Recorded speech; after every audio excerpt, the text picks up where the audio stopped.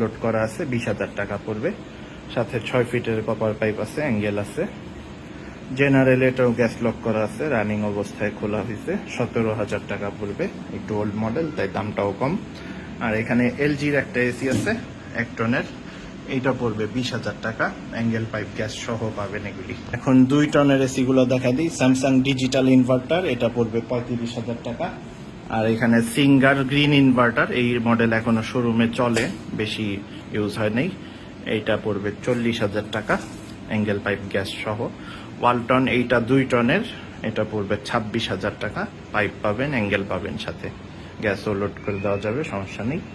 TCL এটা পড়বে 25,000 টাকা। জেনারেল এটা পড়বে 32,000। আর ট্রান্সটেক এই এসিটা পড়বে 28,000 টাকা। আর যারা উইন্ডো এসি চাচ্ছেন, এই যে এখানে একটা আছে জেনারেল লেটেস্ট মডেলের, এটা বিল কম আসবে, এটা পড়বে 25,000 টাকা।